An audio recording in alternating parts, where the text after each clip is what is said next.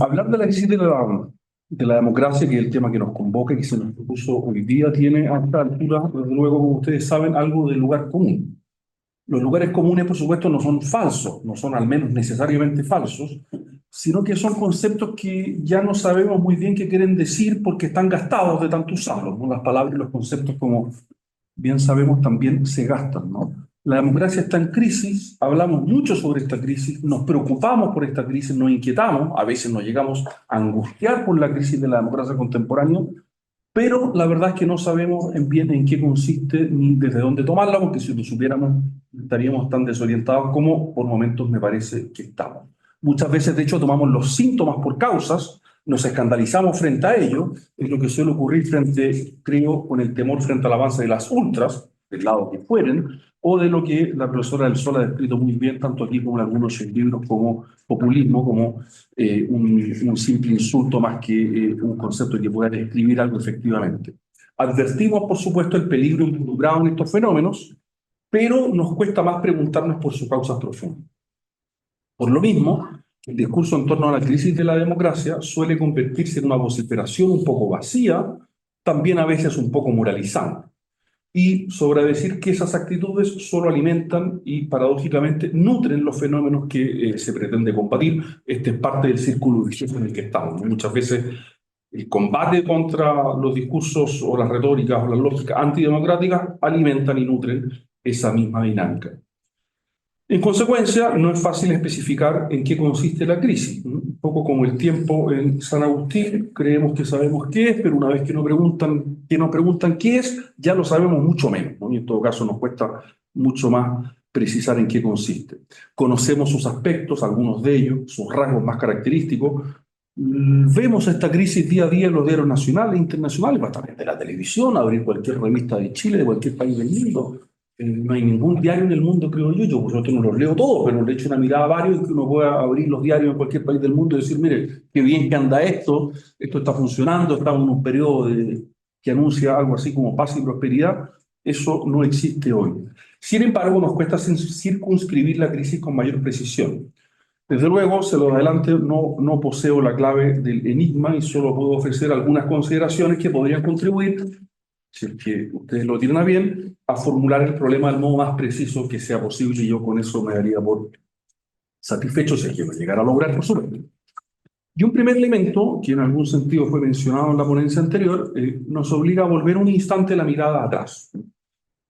No tan atrás, en todo caso, como verán, ¿no? Porque, en efecto, nuestro sentimiento respecto de la crisis contemporánea de la democracia está vinculado a un criterio. Sentimos que estamos en crisis porque en algún momento, perdón, no lo estuvimos tanto. Y ese criterio anterior es un momento en el cual habríamos estado exentos al menos de la profundidad de la crisis que tenemos hoy día. Y si es que esto es plausible, hay algo así como un sentimiento de desajuste respecto de un momento previo que está en el origen, creo yo, de nuestra perplejidad actual. Si sentimos que la democracia está en crisis es porque antes tuvimos la sensación, equivocado o no, eso es materia de otra discusión, que estaba firme, que estuvo firme, ¿no? Y me interesa examinar un poco más de cerca esta premisa implícita, ¿no? Empleando los términos de un brillante ensayo del español Ramón González, hemos sido víctimas, o somos todavía víctimas de una trampa, ¿no? Lo que Ramón González llama la trampa del optimismo. González explica así el fenómeno. Los años 90 fueron años extraordinariamente optimistas. Y ese optimismo no fue inocuo, sino que en torno a él, y tomándolo a él como fundamento, fueron diseñadas muchas instituciones que fueron pensadas para tiempos que no podrían sino ser mejores y seguir un curso ascendente. Hoy que hemos perdido el optimismo, porque si hay algo que hoy día no somos, es optimismo, ocurre o nos encontramos con instituciones que no responden a nuestro sentimiento actual, precisamente porque nuestra percepción del tiempo cambió. Para Ramón González, muchos de los problemas del mundo tienen que ver con que las instituciones no están adaptadas al pesimismo contemporáneo, sino que están adaptadas al optimismo de hace algunas décadas atrás. Y dado que los años 90 fueron estables, hubo crecimiento económico, globalización feliz, consolidación de la democracia y un largo etcétera, se impuso la idea de que eso era normal, de que ese régimen estaba destinado a imponerse pacíficamente y que además era inexorable. Todo esto, como bien dijo la profesora del Sol, fue muy bien explicitado por Francis Fukuyama en su célebre y clásico libro sobre el fin de la historia, que antes fue un artículo, después fue un libro. La tesis de Fukuyama, que él mismo ha ido corrigiendo después, pero en su versión original, que está inspirada en Hegel y en Conrad, era que la historia humana había entrado a su era final, o más bien, diría yo, definitiva. La democracia liberal y la economía de mercado ya no tenían alternativas serias. Hay que notar esto porque acá hay tres conceptos y no uno. Se suponía que tres conceptos distintos estaban condenados a converger: el principio democrático, el principio liberal y el principio del mercado. Tres principios analíticamente distintos, al menos, que Fukuyama ponía en plano de convergencia con sus propios motivos filosóficos e históricos, por supuesto, ¿no? Esto, lo digo solo al pasar, es problemático porque con frecuencia confundimos los planos, ¿no? La crisis de la democracia no es la crisis del liberalismo y la crisis del liberalismo político no es la crisis del liberalismo económico. Muchas veces se confunden, muchas veces juegan en el mismo plano, pero uno, creo yo, analíticamente al menos tendría que distinguirlos porque esto es fuente de confusiones. ¿Qué es lo que está en crisis? La democracia, el principio democrático de mayoría, el principio liberal de respeto de la minoría, que no es exactamente lo mismo, o el principio del mercado como principio de organización social. Cada uno de esos principios tiene su ámbito y tiene sus propias crisis. Insisto, a veces convergen, pero a veces se tensionan entre sí. La tesis de Fukuyama, por supuesto, tenía implícito un progresismo sofisticado, pero progresismo al fin y al cabo, ¿no? Su idea es, por supuesto, forma parte de las familias de la filosofía y la historia, con toda la carga que tiene esa expresión, con todo lo que ella implica. La pretensión de penetrar los designios de los tiempos, la pretensión de conocimiento respecto al curso del futuro. Ese tipo de progresismo suele reclamar para sí un privilegio epistémico que le permite evaluar los hechos presentes a la luz de ese conocimiento que el filósofo de la historia conoce, ¿no? Esta pretensión ya es plenamente visible en el opúsculo sobre una idea de historia universal en Kant, por ejemplo, pero en fin, el siglo XIX tiene larga historia, no me referiría más a eso. Pues bien, el hecho es que la tesis de Fukuyama constituyó como el aire que se respiraba en los años 90. Bajo esas categorías pensamos y ordenamos el mundo. No ignoro cuán esquemático y general es el cuadro que acabo de presentar en lo dicho, pero me parece que es el telón de fondo que permite explicar nuestra situación. Es innegable que la democracia está en crisis, yo no pretendo controvertir esa afirmación, pero para evaluar esa crisis hay que poseer antes algo así como un criterio de evaluación. Y quizás, esto es una hipótesis, nuestro criterio tácito distorsiona nuestro juicio, porque pensamos que la democracia en su forma canónica es la de los años 90, que había llegado para quedarse.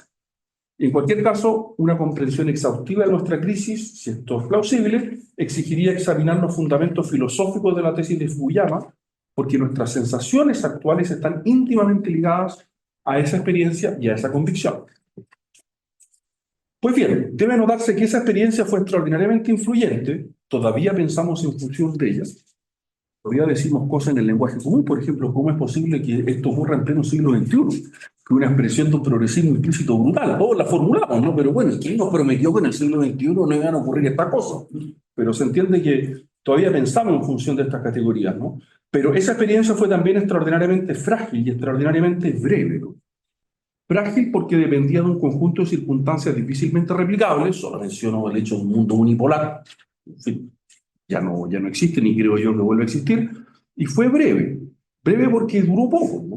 Después de todo ese periodo de estabilidad, si uno lo piensa en términos históricos amplios, no voy a hablar de la historia de la humanidad, pero solamente de la historia de la modernidad, se inició con la caída del muro, y según fijemos su fin, duró 10 años con la caída de las Torres Gemelas, o unos 20, si situamos su fin con la crisis económica del 2008.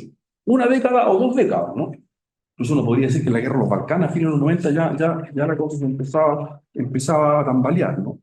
Puede que esos 10 o 20 años sean muy importantes desde un punto de vista biográfico para alguien de mi generación, por ejemplo, que son los años de formación política y de formación intelectual. Pero, en cualquier caso, es un periodo extraordinariamente corto, al menos demasiado corto para sacar tantas conclusiones como las que sacamos. Y no deja de ser sorprendente que un periodo tan corto en la historia de Occidente, en la historia de la modernidad, haya sido tan determinante. Me parece que este es un primer factor para comprender nuestra sensación de crisis. Con mayor o menor conciencia, añoramos el mundo de los años 90 sin considerar que fue una coyuntura excepcional que en ningún caso puede ser vista como patrón de normalidad. Esto nos llevaría, si todo esto tiene algún sentido, a atenuar o en todo caso a moderar nuestro juicio sobre la crisis, porque en verdad lo raro y lo excepcional fueron esos 10 o 20 años de cierta estabilidad en torno a determinadas instituciones, cuando lo normal es más bien que esas instituciones estén sometidas constantemente a presiones y tensiones de todo tipo. Ahora bien, me interesa, a partir de lo señalado, poner el acento en otra dimensión del problema. Porque aquello que voy a llamar aquí la ilusión óptica de los años 90 tuvo y sigue teniendo vastas consecuencias. Ya que nos pareció que la democracia liberal representativa acompañada del mercado era una evidencia, que contaba con la fuerza de la necesidad histórica, que su advenimiento era inevitable, entonces acaeció lo siguiente. Tendimos a olvidar las condiciones de posibilidad de esas instituciones, particularmente de la democracia representativa, como voy a referir más detalle. Valga un pequeño rodeo para explicar esto, ¿no? La democracia representativa es un invento extraño en la historia.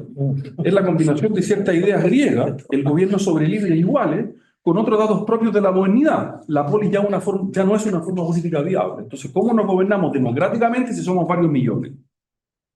Y eso nos llevó a inventar, o llevó a ciertos teóricos muy importantes a inventar el dispositivo representativo, como modo de salvar una dificultad enorme. Cómo gobernar democráticamente a inmensas masas de ciudadanos, teniendo en cuenta el consentimiento, pero sabiendo que la asamblea griega es una ilusión que no podemos replicar. Hay que notar también cuán determinante sigue siendo el lenguaje político aristotélico, ¿no?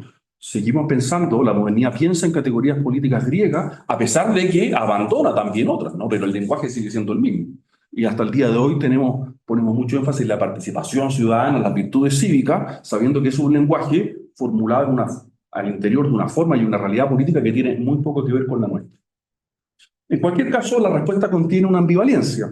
La democracia representativa es ciertamente un procedimiento, pero al mismo tiempo es un procedimiento que supone condiciones. O por formularlo de otro modo, el contractualismo nunca puede ser enteramente contractual. De hecho, no hay nada más pesado en sus premisas, por decirlo así, que el dato inicial de Hobbes, ¿no? Un contrato entre libres iguales. Bueno, ¿cómo se produce esa libertad y esa igualdad?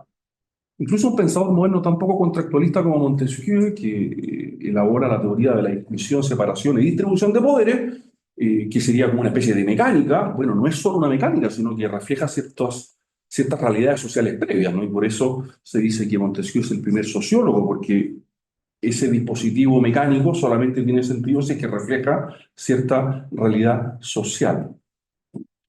Un procedimiento, por definición, como decía, nunca es solo un procedimiento, pues está rodeado de ciertas circunstancias que lo hacen posible. Y el problema se puede formular así: nos quedamos solo con la dimensión procedimental de la democracia y perdimos de vista los otros aspectos. Los perdimos de vista por el motivo al que ya aludí. Si la democracia representativa era el horizonte final de la humanidad, acompañada del dispositivo comercial, entonces esas condiciones podían ser vistas como secundarias o derechamente irrelevantes. Además, como estaba asociado al comercio, se pensaba que esas lógicas eran convergentes, ¿no?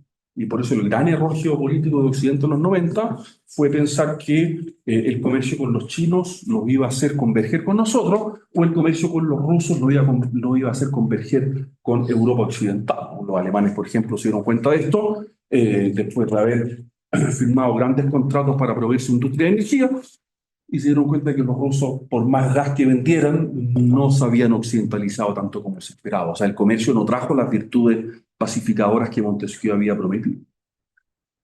Y esas condiciones, me parece, son algunas, o sea, voy a mencionar algunas de ellas, aunque la lista, por supuesto, no es exhaustiva, pero las condiciones de posibilidad de la democracia que perdimos de vista y que me parece que están en el origen de nuestro sentimiento de crisis de la democracia. La primera es el cuadro nacional, ¿no?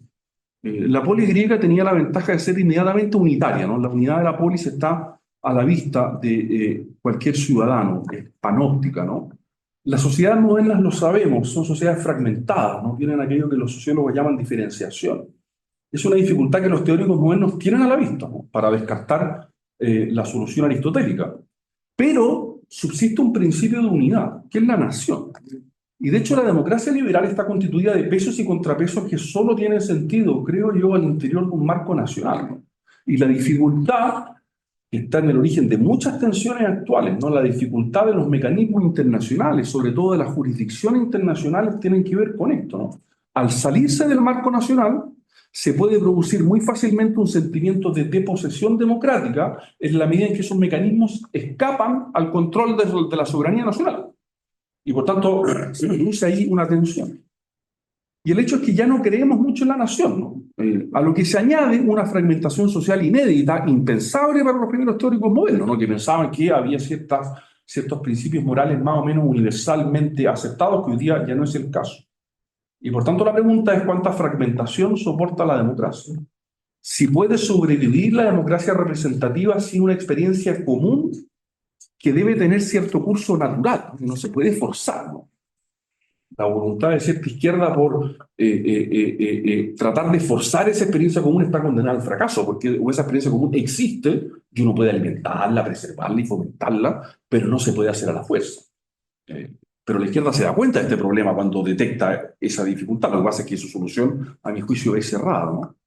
Hay que entender bien este punto. El debilitamiento de la democracia tiene una correspondencia más o menos directa con el debilitamiento de la nación como forma política. Quisiéramos la democracia sin la nación, pero no es seguro que algo así sea posible. En cualquier caso, deberíamos mirar más de cerca este problema. Y piensen ustedes en el papel que juegan las presiones migratorias y, por tanto, la demanda por control de la frontera en todo el mundo hoy día. Si el primer elemento de la nación es la frontera, bueno, los países que no pueden proteger su frontera, bueno, se enfrentan a tensiones enormes porque la presión migratoria por distintos motivos en todos los lugares del mundo solamente va a crecer. Una segunda condición, vinculada por supuesto con la anterior, la necesidad de virtudes cívicas, ¿no? Y empleo este lenguaje de un modo completamente deliberado, ¿no? Es un problema del que no tenemos completa inconsciencia, ¿no? De allí la insistencia recurrente en la necesidad de clases de educación cívica, que a mí siempre me ha parecido una especie de un enfermo de cáncer, porque no es la clase de educación cívica la que va a resolver nada. Pero en cualquier caso revela el problema. La democracia representativa requiere ciertas disposiciones por parte de los ciudadanos, ciertas disposiciones cívicas. Requiere, por ejemplo, estar dispuesto a participar. Por otro lado, estar dispuesto a informarse para tener una opinión. Qué importante lo que llamamos espacio público, qué importante el papel de la prensa, de una prensa más o menos respetada, que cubra las noticias y que las cubra de un modo amplio. No me voy a meter en esto, pero las redes sociales, el gran problema diagnosticado es que nos enfrentan solamente al tipo de opiniones que nosotros queremos escuchar y por tanto producen una caja de resonancia. Un buen diario, perdón, a mí me presenta un panorama de opiniones distintas a partir del cual yo me puedo formar una propia opinión. Además, requiere la democracia la capacidad de aceptar las razones del otro, aunque no las compartamos. Como bien recordaba la profesora del Sol, también definía la democracia como el régimen de la modestia, ¿no? Lo que significa que tenemos que aceptar que podemos estar equivocados. Es el régimen de la fallibilidad, ¿no? Y hay que notar que todos los discursos polarizantes contemporáneos de todos los colores atentan precisamente contra este principio. El otro no tiene validez, el otro no tiene pertinencia. Y hay que reducirlo lo antes posible al silencio. Esto vale tanto para un sector como para el otro en sus formulaciones patológicas. Y no hay deliberación común sin ese piso mínimo, por supuesto. Pero en rigor, además, no son solo virtudes estrictamente políticas, sino públicas en un sentido amplio, ¿no? Fíjense lo importante que es y lo que ha cambiado el mundo, hasta yo me doy cuenta, ¿no? En la discusión a respetar las leyes, a respetar las reglas de la vida común. Noten cómo volvemos al mismo problema, ¿no? Respetar las reglas de la vida común supone una experiencia de esa vida común. En ausencia de la experiencia de la vida común, no hay cómo respetar esas reglas porque no se conocen, nadie las transmitió, ¿no? Y sin embargo, tenemos el problema que no nos gusta el lenguaje de las virtudes. Sabemos que las necesitamos, incluso este lenguaje regresa a veces de modo patológico, ¿no? Las sociedades contemporáneas son en un sentido extraordinariamente normativas, ¿no? Pero en otro, esto se nos olvida. Y por tanto no sabemos cómo asumir este desafío, pues nos faltan las herramientas conceptuales para hacerlo. En general, ofrezco un tipo de explicación, pero no es la única. Tendemos a ver opresión allí donde hay autoridad legítima, por mencionar un solo ejemplo. Y por tanto, cualquier intento por transmitir este tipo de virtud es visto como potencialmente opresivo y por tanto lo descartamos en principio. Un tercer elemento muy importante, que lo mencioné antes, es la dimensión económica, ¿no? La formulación de la democracia. No debe olvidarse que en su origen el dispositivo representativo pensado por los teóricos modernos está estrechamente asociado a la liberación de la actividad comercial. No es casual que Montesquieu sea el gran teórico de la representación al mismo tiempo que el gran teórico moderno del comercio. Escribe unos 20 años antes que Adam Smith. Guste o no, la democracia contemporánea está asociada a una expectativa económica y en particular de crecimiento económico que en el mundo está cada vez más frustrada. Y perdón por bajar aquí al tipo de cosas concretas que cualquiera de nosotros puede ver, ¿no? Las generaciones actuales ya no tienen la expectativa de vivir mejor que sus padres. Y si usted conversa con cualquier joven profesional, unos 10 o 15 años menor que yo, no tiene ninguna expectativa de comprar una casa, por ejemplo. Algo que hasta hace 10, 15 o 20 años atrás era parte de la vida normal. Eso se acabó. Y eso genera, por tanto, una frustración enorme. No me puedo detener esto porque no quiero alargarme demasiado, pero sensación de frustración económica o de bloqueo económico, tiene un enorme, potencial disruptivo para la democracia. Hay una presión que no sabemos cómo manejar porque no sabemos responder a esa expectativa, ¿no? Hay una promesa que o bien no se cumplió, o bien se cumplió solo parcialmente, o bien se percibe que no se podrá cumplir. En cualquiera de los tres casos, el punto es que hay una presión en esta dimensión. Y me detengo en un último aspecto que me interesaba mencionar, que en rigor podría haber sido el primero, que es la seguridad. Desde Hobbes sabemos que el pacto social es un pacto fundado en la garantía de la seguridad. Entregamos mucho a cambio de que el Estado nos proteja.